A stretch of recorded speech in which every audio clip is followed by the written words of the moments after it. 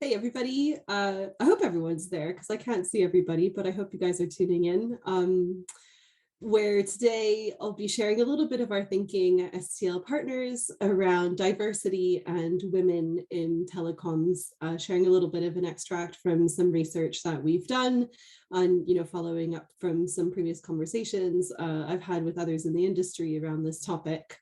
And also ones that we have inside of STL where, luckily we have quite a diverse workforce and a young workforce and lots of women on our team and lots of people from different backgrounds on our team. But I think it's an important discussion for the telecoms industry. So looking forward to it today and, hopefully some comments from you guys as we go along.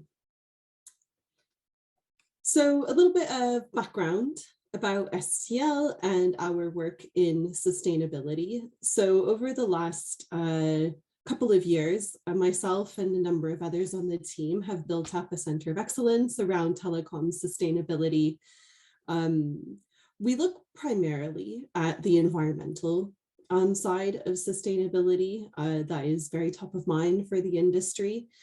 But it is, really a big pleasure today to be talking about another part of the industry. But just to give you guys a bit of background on terms of what we do, we've supported lots of companies in thinking about their sustainability narratives and strategies. We have built a community that is discussing these topics across the telecoms industry and how the telecoms industry can contribute towards a net zero world and towards a more sustainable world. So we've developed things like a framework for telecoms companies to develop sustainable propositions for their customers. We have some case studies on these services that telecoms operators and their partners are offering. We have a hub with loads of information, which you guys are welcome to check out. And we also have a scorecard where we are assessing the maturity of different telecoms operators and their key partners' maturity in their sustainability strategies across their organizations. And that's what I'm going to be drawing on a little bit today. So in this scorecard, where we're looking at telcos' maturity of their sustainability strategies, you can see on the left-hand side, we have 8 different areas that we're looking at in terms of telcos' maturity. So we're looking at, how holistic their sustainability reporting is, to what degree this has been a priority for a company, for how long. We're looking at things like what kind of board and employee level incentives are there, progress against net zero targets, whether companies are leveraging green finance in order to drive their transformations. We're looking at diversity, equity, and inclusion and what companies are doing there. And that's what we'll look at in a little bit more detail today. And we look at some sort of more forward-looking areas like biodiversity, which is a growing topic on the agenda for sustainability teams in telecoms. We look at customer CO2 reduction enablement. So that comes back to those services that telecoms operators or their partners might be offering to their customers in order to help them reduce their environmental impact. And then we also look at, to what degree companies are collaborating across the industry, because we know that this isn't a problem that, or a challenge that can be solved just as an individual company. Of course, individual companies have responsibilities, but they also need to work together, particularly in this nascent market where there's lack of standards and lack of definitions. So that's the last criteria that we look at. And what you can see is I've just, gathered here the overall average scores across each of those criteria for the 70 odd companies, about 60 telecoms operators, and a few adjacent market companies. And you can see that actually the grading is out of 5, where, 0 is nothing, to 5 is doing loads. And you can see there's room for progress across every part of our assessment in the telecoms industry towards sustainability. It's still a new area. And, although commitment to diversity and inclusion is sort of third in line, there's still, not even pushing, the halfway mark of what could potentially be done across the industry. So let's dive into that in a little bit more detail. When we're talking about diversity, we're not just talking about women in telecoms. There's lots of things that we're looking at to understand companies' levels of commitment and activity in this area and prioritizing it among their strategic objectives.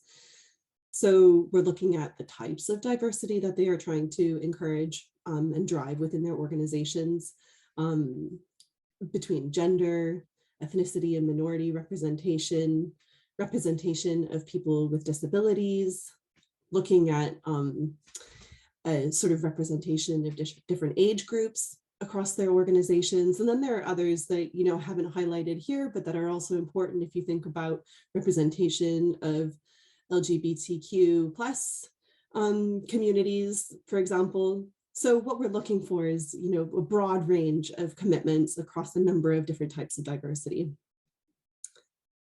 The second thing that we're looking at is, you know, how is the company measuring their progress? What kind of activities are they doing in order to drive this? So, you know, most companies will be looking at their workforce makeup and, you know, what proportion of representation do they have across their workforce? What's also important from our perspective is doing some analysis around the pay gap. And in some countries, like in the UK, this is a requirement for companies to report on. And that has obviously driven reporting, but in a lot of countries it's not, and that's not something that a lot of companies do, but it is important. And then we're also looking at the initiatives in place. You know, what kind of things is the company actually doing in order to address the challenges ahead? The last thing that we're looking at is also the proof of progress. So really trying to see, you know, that they're demonstrating change, or that they're trying to affect change. So looking at a sustained commitment over time, looking at, you know, whether there are some clear targets that the company is aiming towards, whether it is able to demonstrate progress against those targets. And then I think, you know, very importantly is, why is the company doing this? What is the strategic benefit that having a more diverse workforce is going to deliver for the company against its strategic objectives in terms of innovation, in terms of, you know, quality of the workplace, in terms of, you know, ability to recruit the right people. There are lots of reasons from a strategic perspective why this is important, but if a company is just doing it to tick a numbers box and not clear on what that strategic objective is, then it feels a little bit light, disingenuous perhaps. So where are we in the industry? So I haven't taken a full view of the industry, but if we look at where we are at, these are some of the market leaders and what they report in their annual company reports. And so you can see, I mean, to give you a benchmark, the average representation of women in the telecoms industry, I think, is around 19%. And so all of the companies that we have on the left-hand side in terms of their workforce makeup, from a gender perspective, are, you know, above average, but still well below gender parity for every company. I think that the other thing that I would draw your attention to on the left-hand chart, where we're looking at workforce makeup, is also that many companies will report, as I said, on the gender balance within their workforce, but they may not be thinking about the representation of ethnic minorities. Very few companies are thinking about the representation of employees with disabilities in their organization. And that's narrow because, you know, particularly if you think that as telecoms companies, we are serving the entire population. You know, we're looking at the whole population, and your customers want to see their needs and themselves represented in the companies that they are buying from. And there are certainly more than, you know, represented on this graph, people who would identify as having a disability. And it's important that, you know, that's front of mind, you know, when we're thinking about the services that we're developing and that we're offering to the customer base. The other thing that I would draw your attention to here is sort of the comparison between the left-hand chart, which is the workforce makeup overall, and the right-hand chart, which is diversity in senior leadership. And by and large, organizations have done well, are better at getting diversity in their senior leadership teams than they have across their entire workforce. And that's great, obviously, because we want to see that diversity in leadership so that that change can trickle through the rest of the organization. But it is important that this is not only done at the senior leadership point, but across the whole of the organization. That's what initiatives should be aiming towards. What else would I take away from here? I think what we don't necessarily see and is not often reported on is also things like, what is the representation across different roles within an organization? And we know in telecoms that most of the senior representation from women will be in sort of the roles like communications and HR and in fact in sustainability leadership. And there will be lower representation in areas like the CTO office, CEO, CFO. And so really thinking about diversity across the different roles in senior leadership. One of the things that I would just highlight as a challenge for organizations, particularly if you take a Telefonica or a Vodafone or a Microsoft, is that it gets more challenging to think about, say, reporting against ethnic minority when you are a global organization, because the definition for that will vary from one country to another. And so that's definitely a challenge for the industry to think about, how to address that and, how to report against that in an effective way. And I think that's where, thinking about what is this delivering to us as a business helps to define what is important to try and achieve globally and within each market. So the next point that I would highlight, so that was some data from 2021, is that it takes time to drive change. So in some instances, it's quite difficult to find data over time. And, I will put my hands up and say, I did not scour every last piece of information, but I found it in preparation for this presentation quite difficult to find historical data for Verizon and for BT. And that doesn't mean it doesn't exist, but it was hard to find, and I'm an analyst. So I don't know whether that talks about my analyst skills or the reporting skills of those companies, but I think that if we look at some of the others where I was able to find data over time, this is quite a slow process, right? Microsoft has achieved a bit of progress, demonstrable progress over the last few years, and that's commendable. But some of the other companies, have Vodafone maintains a high proportion of women in its workforce, comparatively, but that has been, generally flat over time.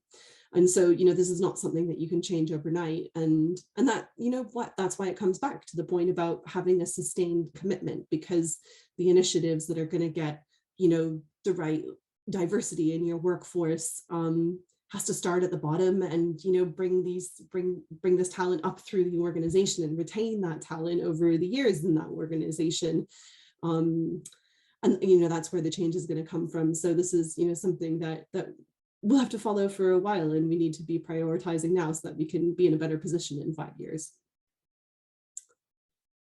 The next thing that I would say is also thinking about the workforce pay gap. And as I said, in the UK, this is a legal requirement. So I'm not at all surprised to see, obviously, Vodafone, Telefonica, BT report on this.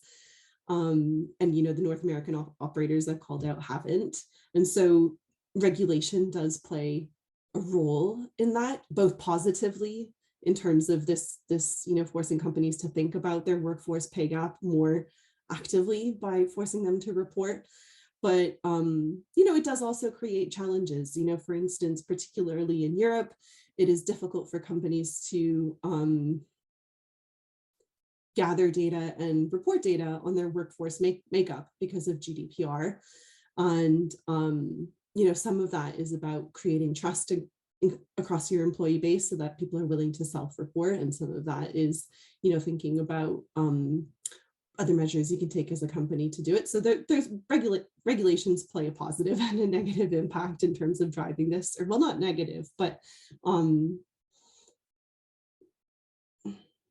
limiting impact, I suppose. The other thing to note is in terms of reporting on workforce pay gap, obviously, women is the one that has had a lot of attention, but that doesn't mean that it shouldn't happen elsewhere as well. And what you can see is much fewer companies report against pay gap based on ethnicity. And I think that it's also important to have that visibility to make sure that there is pay parity across the organization. And if not, that there are measures in place to achieve that.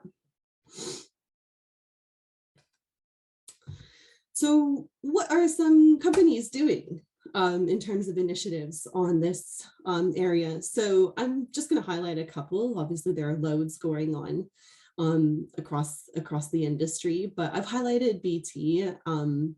And what I think is interesting to bring up in that example is that there's a broad collection of activities that BT is implementing in order to improve gender balance.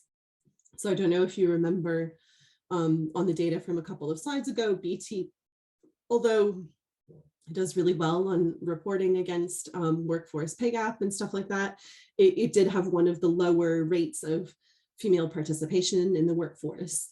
And what you can see here is it's got sort of a number of different programs that it is implementing across its organization in order to try and turn that around, from things to have fast track development for women with high potential and, give them leadership and training and mentorship opportunities for female managers.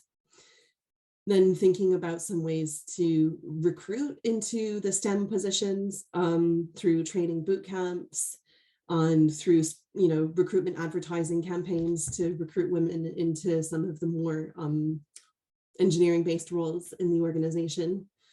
And then finally, sort of more around the age gap in women in workforce is, the Menopause Workforce Pledge, which is sponsored by the CFO and the Chief Innovation Officer to find new solutions against age discrimination. So that high level of sponsorship is, really promising. So that's kind of an example of, having a collection of initiatives that are all geared towards driving change. The other one that I highlighted here is Valuable 500, and you can see at the bottom that this is not a comprehensive view of some of the telecoms companies that are participating in this, because there are loads. And the aim of Valuable 500 is to drive disability inclusion through culture change. And the CEOs are personally committed to this in the Valuable 500 program. And the purpose is to build trust with employees to self-identify with disability and self-disclose their disability, which can in turn help the company to be more inclusive and find out ways to help them to do the best job, bring their skills to the company in the best way possible to enable them. And, this is both good for the workforce and also good for customers, because it helps the company to understand the customers more, as I mentioned before. So in this organization, I've just pulled out a few interesting stats in terms of what some of the companies are doing. So, a quarter of the members are pursuing inclusive design in their products and services, and that's up since 2020. And, the vast majority of members are charting disability and efforts within their annual reports. But at the same time, still only 3% of leaders have a self-disclosed disability or caregiving responsibility. And one of the others that I thought was, a little bit of a sadder stat, which I don't have on here, but based on the survey that Valuable 500 did with its members, the proportion of companies with an executive dedicated to inclusion declined from 74% to 59% between 2020 and 2022. And, that's not great, because if you don't have someone championing this change and leading this change, then it may not happen, even if your company is a member of the program. Still, those are two great programs that I think are really good, demonstrating what companies can do to drive change. So there are, loads of things that we could highlight in terms of what companies can do, and, things that we would highlight. So just a few more that I would add following on the previous slide are, really emphasize the need to recruit women and call myself out here, not just women, but diverse workforce at entry level in engineering, security, STEM positions in order to ensure equal representation in leadership. Again, this overcoming stigma of reporting disabilities across the organization, and just including disabilities as one of the areas that you're trying to tackle as an organization. The third point is the vast majority of companies, have supplier codes that already include things like, human rights considerations for their suppliers, and increasingly they are including environmental credentials into those supplier codes, requiring their suppliers to have, certain commitments against net zero, for example. And it would be great to also begin to see some diversity, equity, and inclusion requirements included into those supplier codes as well, because, by sort of holding everybody to a higher standard, we will all get there together more quickly. I think another one, which is, closer to my personal circumstances, reducing barriers to women returning to work after parental leave, making it possible to get women back into the workforce. And, I don't know if anybody followed some of the statistics that came out in the UK a couple of months ago, but what it found was that actually when companies reported their gender pay gap analysis, actually that had declined. I mean, the gender pay gap had increased between men and women with college degrees. And the hypothesis is that has a lot to do with women returning to work after parental leave. And then the last one, really reiterating the importance of improving communication on the business benefits of diversity and equity and inclusion. And, to think about, from a proactive perspective, what is this really delivering to us as a company? And I think that will, go a long way towards making employees and staff and, customers as well feel like this matters to the company. So with that, I will thank you all very much for tuning in, and have a fab afternoon, morning, wherever you are in the world.